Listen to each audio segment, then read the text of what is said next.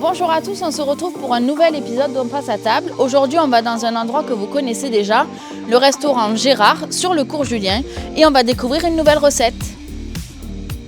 Agathe, bonjour, quel plaisir de vous revoir. Bonjour, alors en plus comment on ça part va sur une nouvelle recette, ça va très bien, c'est chouette de revoir. Qu'est-ce que vous nous préparez aujourd'hui? Alors là on est parti sur un petit velouté de betterave. On est sur du végétarien aujourd'hui. Absolument, Allez, complètement végétarien. je On vous y va suis. avec plaisir, bienvenue. Merci. Bon, Allez, alors Agathe, ça fait un plaisir de vous expliquer cette petite recette toute simple. Donc on va partir sur une betterave. Alors, il y a deux points de la betterave, soit on l'épluche totalement, ou D'accord. moi elle est en bio donc c'est pas nécessaire. Par contre, j'enlève des petits points qui sont ici. Ces petits points peuvent nous permettre, quand on les refait cuire, faire une petite vinaigrette à base de betterave. Donc on ne gaspille absolument rien. On épluche cette petite betterave, on en prend des échalotes aussi, on va tout simplement les émincer puisqu'on va les faire cuire. Tac. On prend 2 gousses pour une petite betterave comme ça. Alors il faut savoir qu'avec cette petite betterave, avec un bon petit bouillon et de l'eau, tout simplement, on peut largement faire une petite soupe pour 4 personnes. ah oui, quand même. 2 petites échalotes, c'est vraiment tout tranquille. On va faire cuire notre betterave. La betterave, je vais la couper aussi. Est-ce qu'il faut une variété spéciale de betterave? Non, pas forcément du tout. On a des belles betteraves dans notre région et il faut vraiment en profiter. Alors pour économiser la partie de cuisson, on met toujours la tendance à mettre beaucoup trop d'eau. Quand on met trop d'eau, on perd un petit peu la partie nutriments des légumes. Donc il faut vraiment pas en mettre beaucoup. D'accord. Donc on va commencer à faire tout simplement, hop, mince, bravo, rissoler nos petites, avec un petit peu d'huile d'olive, normal, c'est normal, parce qu'on a la chance d'être une super région avec des huiles extraordinaires. Donc toujours l'huile d'olive au fond. Toujours l'huile d'olive au fond. On va y mettre nos petites échalotes qu'on a tout simplement émincées. Voilà, on laisse un petit peu blondir. À feu doux? À feu doux, non, on en voit bien pour que ce soit un petit on peu en caramélisé. Voilà, c'est toujours important, c'est toujours bien. On laisse brûler un petit peu cette histoire-là, de façon qu'on puisse récupérer un peu le sucre de la caramélisation de l'échalote. On va y mettre juste une petite pointe de sel. J'utilise du sel de Camargue. Voilà, c'est un petit sel. On reste toujours dans notre région. Et ce qui est important surtout, c'est que quand on a fini, on a toujours tendance à mettre le poivre avant. Oui. Il ne faut surtout pas. Si on veut avoir le parfum du poivre, on va mettre un petit coup de moulin après derrière pour avoir juste le parfum du poivre, sans forcément que ce soit trop fort et piquant, trop fort. Dès que ça chante, on peut mettre. Dès que ça chante, tout à fait. Ah, je vois que vous êtes aussi cuisinière à la maison, bravo. Je commence à avoir les termes. Voilà, c'est bien. On va laisser tranquillement dedans.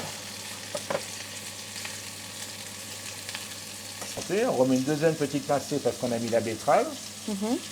Tac, tac. On peut mettre aussi du thym, 2-3 feuilles de laurier. 2 feuilles de laurier, je pense que ça suffit largement.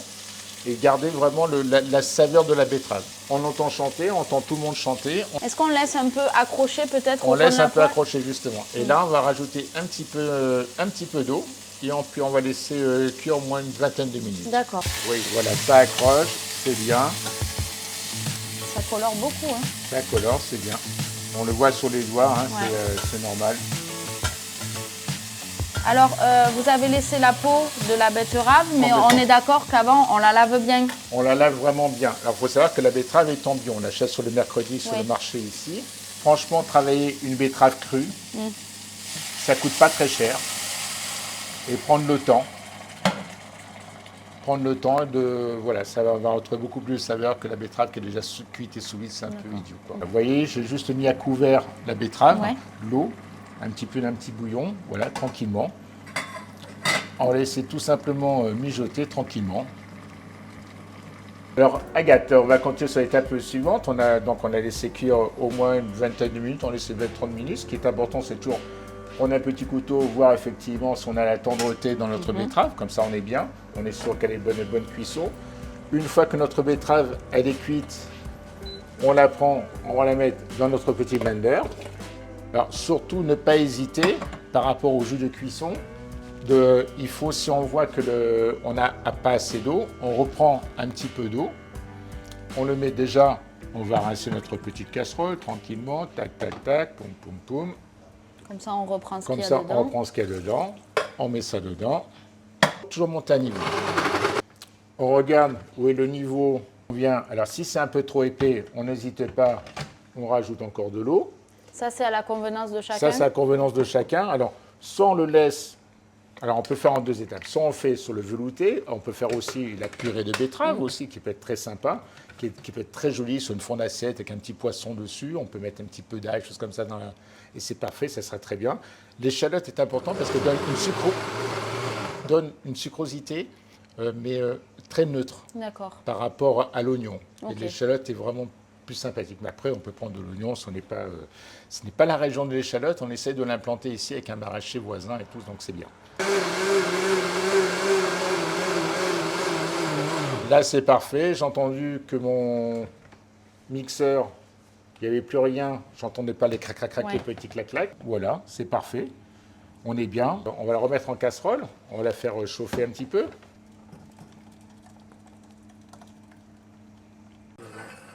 On laisse chauffer à peu près 2-3 minutes, où ça remonte un petit peu en température. Et puis après, on va pouvoir commencer le dressage. La raclette, voilà, petite assiette creuse, toujours intéressante. C'est blanc, comme ça on va avoir vraiment un contraste entre les 2 couleurs. C'est de la soupe à la maison, même si à la maison on n'est pas au restaurant, faisant en sorte que l'assiette soit toujours un petit peu chaude pour éviter de refroidir la soupe. Et comment on fait pour réchauffer l'assiette à la maison? Alors, réchauffer l'assiette, on peut la mettre tout simplement au four, ou alors carrément on met de l'eau chaude. Ah d'accord. On met de l'eau chaude dedans, hop, on enlève après l'eau. C'est pas un problème puisque c'est du liquide. Il en reste un petit peu, mais comme l'assiette doit être chaude, ça va sécher de toute façon. Voilà. Il faut éviter de faire des cochonneries. Normalement, les gens prennent comme ça, mais il faut vraiment prendre ça et essuyer la louche. Comme ça, on ne met pas de gouttes à côté. Donc, je prends toujours une crème de soja, toujours en bio. On va mettre des petites gouttes, les petites jeunes pousses de betterave. Toujours mettre le petit coup de moulin à poivre juste derrière. À la fin. Voilà, juste à la fin. Trop peu, pas beaucoup, de façon que ce soit juste que l'on ait le parfum du poivre, que n'est pas uniquement que le piment du poivre. Voilà, ça c'est important. Merci beaucoup. Avec plaisir.